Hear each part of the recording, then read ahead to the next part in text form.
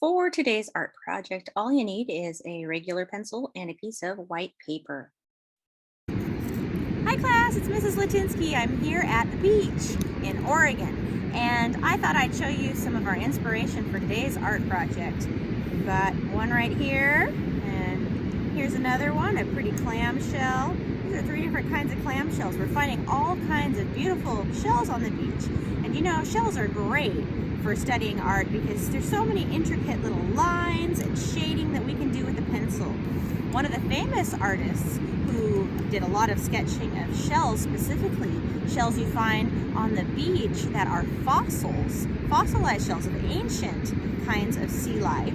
Her name was Mary Anning, and actually she was the very first paleontologist, and she made sketches of the various finds she found on the beach in England where she lived back in the 1800s. One in particular is called a belemnite. Basically, it's a squid-like creature from the Jurassic period, when dinosaurs were around. So they aren't just one uniform color. They have all kinds of different shades and values to show that they have a form and that they perhaps might have places where the light reflects off of them as well. Here is something super cool about these images. So Belemites, well, they have ink inside of them, just like an octopus today might. And Mary Anning, way back in the early 1800s, she figured this out. She was able to take the ink out of these ancient fossils and use it to draw with. This very drawing we're looking at might be one of her drawings she did with Belemite ink.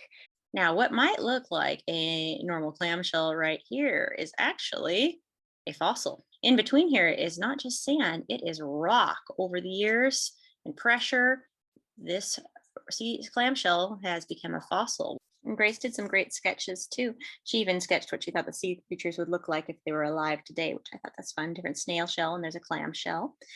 Notice how one of the things she does is she has different shades and value here. There's a darker value. You can see how much darker it is there, and lighter in different areas as well. And there's a variety of shades of value. You can see here it's a little bit lighter.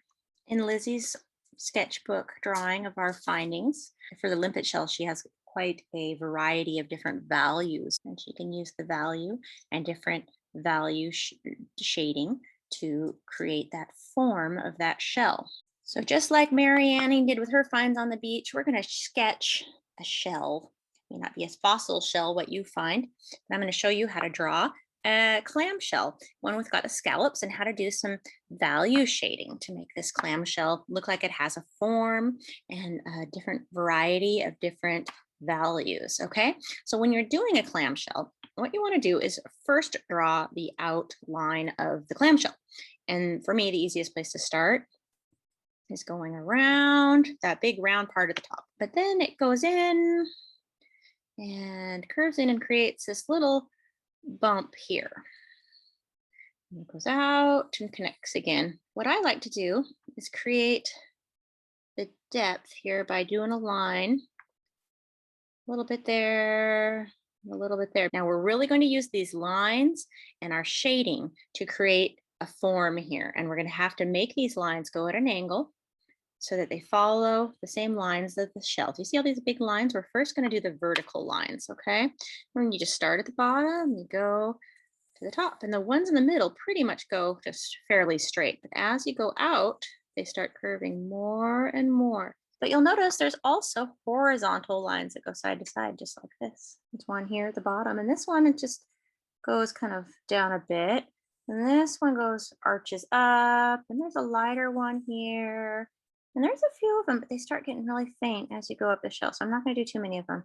Now there's a whole bunch of teeny tiny lines. I don't know if you can see them, but on each of these, there's a little teeny line, okay? It's very hard to see. Let me see if I can bring it even closer for you to just see that. Do you see how on each of those ridges, there's a little teeny hash line? So between two of the lines, make little bitty check marks. Okay. Now we're going to pay attention to the value changes in the shell. Where is it darker? Where is it lighter? The shell is darker up here, partly because there's so much sand on it, but partly I think it is darker. So we're going to kind of take the side of our pencil and we're going to do some shading to create a darker value here. Just lightly, just like this. See how it's kind of going with the shape of the shell. I'm going at an angle like that because that helps give the form, that three-dimensional form of the shell, because it's not a flat shell, it has a curve to it. So I curve my shading, my value is curved as well. This shell created a shadow right there. So I'm going to do the same thing. I'm going to go down here and draw my shadow. You could draw a shadow. Now the shadow is probably the darkest of it all, isn't it? So that value is going to be a darker variety. I'm just going to take the side of my pencil and color in that value for the shadow. A few ways that we can blend this a little better because it's a little rough. You could just use your finger, but it doesn't work as well and it gets your finger really messy. You can also just grab a piece of tissue or toilet paper and kind of go over it this way. That works. What is different about these two clamshells? What do you see? Well, one of the ways we can study them is by sketching them, because as we sketch, we notice the differences. But at the very beginning here, one of the things I notice is the shape. This shell is wider. This is a taller shell, and this is a wider shell. So we'll already have a different shape on this one. Anything else you notice different about these shells? If you said the lines, you're correct. This one has a lot of vertical, very deep grooved lines. This one doesn't have as deep grooved lines. You can't really even feel them. There's slight texture, but not a lot. This one has a lot of texture. Their lines are more of the horizontal lines on this shell. There we go. So that's roughly the shape of that. Now the lines on this one are going to be closer together. That's interesting. So the lines down here seem quite close together. They go horizontal and they also curve. They curve with the clamshell. This clamshell's got such an interesting shape. You have to pay attention to where these lines are going to curve because they curve like this, and then they start to curve more flat towards the center. It's interesting. See all these lines? It's not perfectly the same all across the shell. The lines change. I wonder if that's a common feature of all of the species, or if it's how this one grew in a unique way. Maybe it's a unique shell for that reason that these lines go slightly in a different direction. When you think of value, where are the darkest parts of this shell? If you said right here, I think you're correct. Very dark.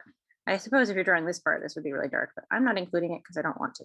So I'm going to start on the dark part, and I'm going to go shade this region really dark. Remember, when you're trying to follow the shape of the shell, the contour of that shell, so that we kind of preserve the idea that it's a 3D shell, we can use the value to emphasize the form. Side of your pencil, shade it darker. This is going to be the darkest shade of the shell, so you may want to go a bit heavier on this part. It's kind of this white spot here, so I'm going to emphasize that there's a spot where it just stays white. And there's actually kind of a white spot here, so maybe I'll take my pencil and lighten up that one little center area, because right in the middle there, I think the shell rubbed against something, it has a little center part that's got white. So I'll fix that. Even after you're done with shading, you can still erase it. Lightly go to a shadow. I like to go over the outline for the shadow so it gets, actually I might even take my pencil and erase that outline so it's not so strong. For this shell, we're going to use my little approach with this. I try to avoid the parts I wanted to keep white. I really want to smear the shadow up because I want to show it's not part of the shell. Okay, so I outlined the edge of this shell a bit to show where the shell ends and that shadow begins.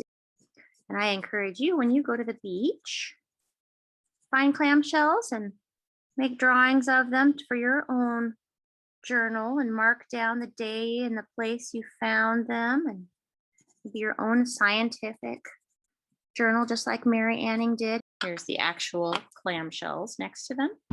Thanks for doing art with me and joining me at the beautiful Oregon coastline. I hope you enjoyed sketching some different shells, and I hope you'll try to go out to the beach and gather some shells of your own that you can spend some time sketching on your vacation and travels.